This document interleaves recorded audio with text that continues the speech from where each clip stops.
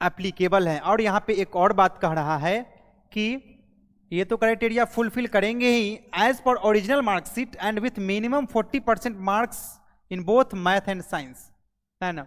तो यहाँ पे मैथ और साइंस मैट्रिक में होना अनिवार्य होगा, और मैथ और साइंस में आपका 40% मार्क्स होना चाहिए, राइट। आईटीआई वाले कैटेगरी के लिए कह रहा है कि आईटीआई का सर्टिफिकेट होना चाहिए। देखिए यहाँ पे शुड है पासेड रेलिवेंट ट्रेड टेस्ट, जो आपका ट्रेड होगा उस टेस्ट में आप लोग पास होने चाहिए किसी भी इंस्टीट्यूट से जो कि एनसीवीटी और एससीवीटी से रिकॉग्नाइज्ड होगा, और any other authorities specified through gadget notifications, अगर आप कहीं से किए हुए हैं, है ना, या फिर प्राप्त अगर है 50% मार्क्स के साथ, तो आप आईटीआई का एग्जामिनेशंस में अगर 50% मार्क्स पाए हुए हैं तो आप यहाँ पे एलिजिबल हैं इस फॉर्म को अप्लाई करने के लिए। The relevant trade to be considered will be strictly on the basis of schedule, जो आपका ट्रेड होगा उसी को यहाँ पे प्रेफरेंस दिया जाएगा, और उसी को लेकर के जो है आप लोग को आगे बढ़ना होगा, और उसी ट्रेड में आप लोगों का अप्रेंटिसशिप भी होगा। दूसरा पॉइंट कहता है कि in addition candidate must have माध्यमिक क्लास 10th पास होना अनिवार्य है, जिसके साथ 50% आपका मार्क्स होना चाहिए, ठीक है। चलिए अब हम आगे बढ़ जाते हैं। देखिए यहाँ पे पेमेंट फीस क्या है, सब चीज आराम आराम से समझ लीजिएगा, क्योंकि वीडियो में हम पूरा चीज कवर इट कर लेते हैं। एप्लीकेशन फीस जो होगा अनरिजर्व और ओबीसी कैंडिडेट के लिए 200 रुपया होगा, जो कि नॉन रिफंडेबल होगा, और उसके साथ SC ST women category PWD और अदर के लिए, ट्रांसजेंडर के लिए 100 रुपया रहेगा प्लस जीएसटी के साथ। तो 200 रुपये आपको अनरिजर्व ओबीसी के लिए है, बाद बाकी के लिए 100 रुपीज यहाँ पे रखा गया है। अप्लाई करने के लिए आपको इस वेबसाइट को पहले विजिट करना होगा, है ना, और ऑनलाइन मोड में आप लोगों को अप्लाई करना है, ठीक है। तो candidate are required to read instructions indicate advertisement, जो एडवर्टीजमेंट जो दिया हुआ है ये हम आप लोगों को बता भी दिए हैं, और ये एडवर्टीजमेंट जो है डिस्क्रिप्शन बॉक्स में भी दे देंगे। Candidate must fill their personal details carefully, candidate को जो है पर्सनल डिटेल्स पूरी केयरफुली के साथ भरना है, जिसमें अपना नाम, father's name, date of birth, marks जितना पाए हैं, है ना, और जो भी अदर इक्विवेलेंट सर्टिफिकेट जो होगा मैट्रिक के इक्विवेलेंट, उसको जो है लगा देना है बढ़िया तरीके से।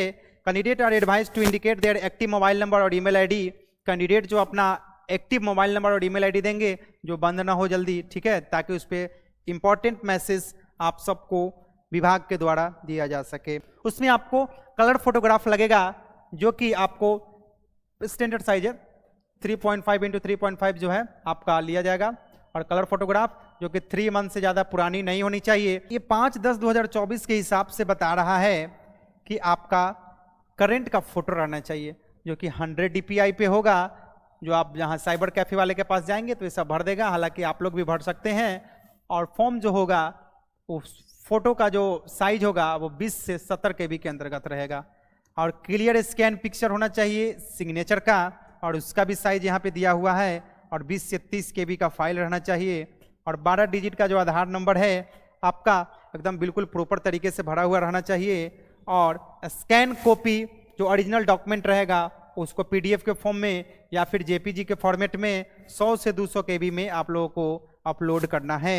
और ये कुछ रहा इंपॉर्टेंट चीज, अब आगे देख लेते हैं कि आपको उसके साथ और मैट्रिक का सर्टिफिकेट और जो मार्कशीट है ऑल सेमेस्टर्स का ITI में वो लगेगा ITI वालों के लिए, और नेशनल ट्रेड सर्टिफिकेट अगर आप लिए हुए हैं कहीं से तो वो लगा देंगे। उसके बाद कास्ट सर्टिफिकेट, अगर आपको चैलेंज करना होगा कास्ट के रिगार्डिंग तो कास्ट सर्टिफिकेट ये लगा देंगे।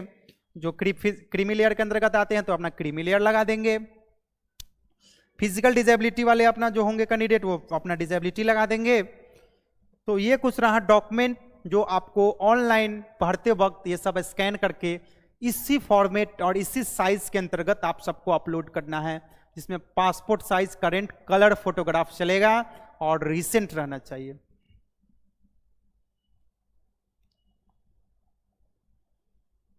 देखिए जरूरी नहीं है कि आप ITI वाले हैं तो अपना ITI वाले में भी भर सकते हैं, ये गलत हो जाएगा, क्योंकि यहाँ पे आपको बता दिया गया है कि only one application form a candidate will be accepted, केवल एक ही फॉर्म आपसे एक्सेप्ट किया जाएगा। तो अगर आप टेक्निकल और नॉन टेक्निकल दोनों में अगर आप डाल देते हैं तो आपका फॉर्म रिजेक्ट हो सकता है।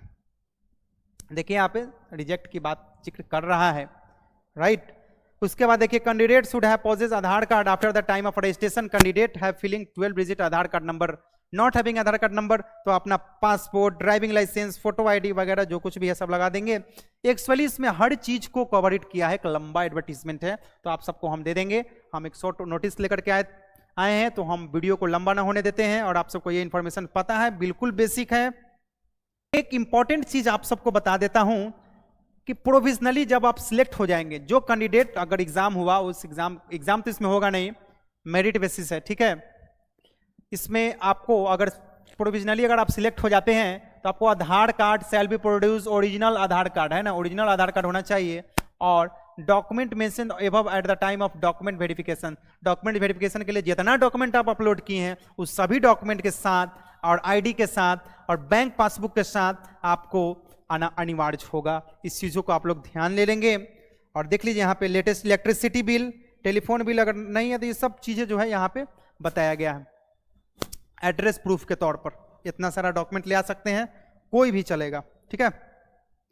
अब देखिए मोड ऑफ सिलेक्शन क्या है, बात ही कर लेते हैं कि चयन प्रक्रिया क्या होगी। चयन जो होगा, चयन प्रक्रिया आपका क्या रहेगा, ठीक है। चयन प्रक्रिया जो है आपका यहां पे बताया गया है मेरिट बेसिस।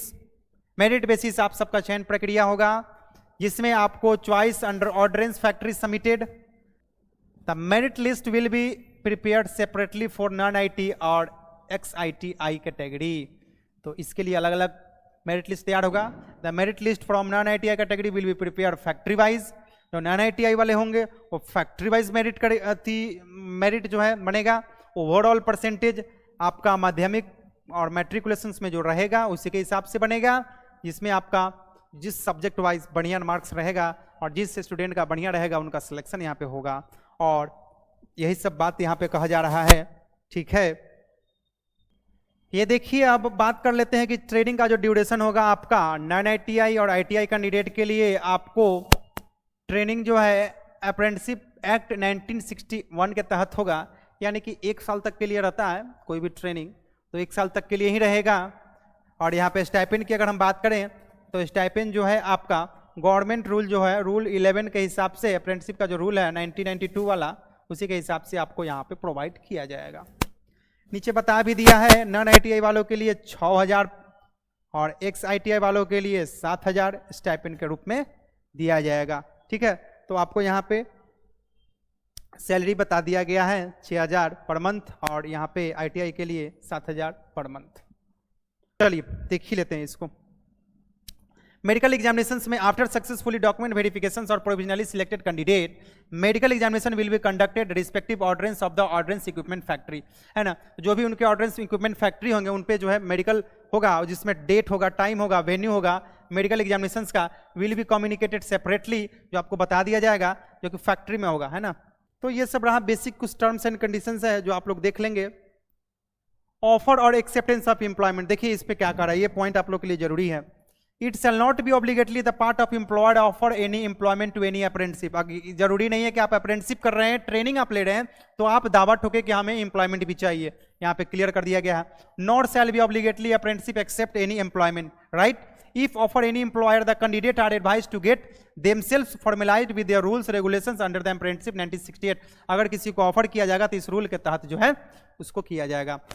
अब पेमेंट फीस तो आप लोग को बता ही दिए हैं कैसे अप्लाई करने के लिए क्या पेमेंट फीस है, और मेडिकल फिटनेस आप लोग समझ ही गए, और जनरल इंस्ट्रक्शंस आप लोग पढ़ लेंगे, ठीक है।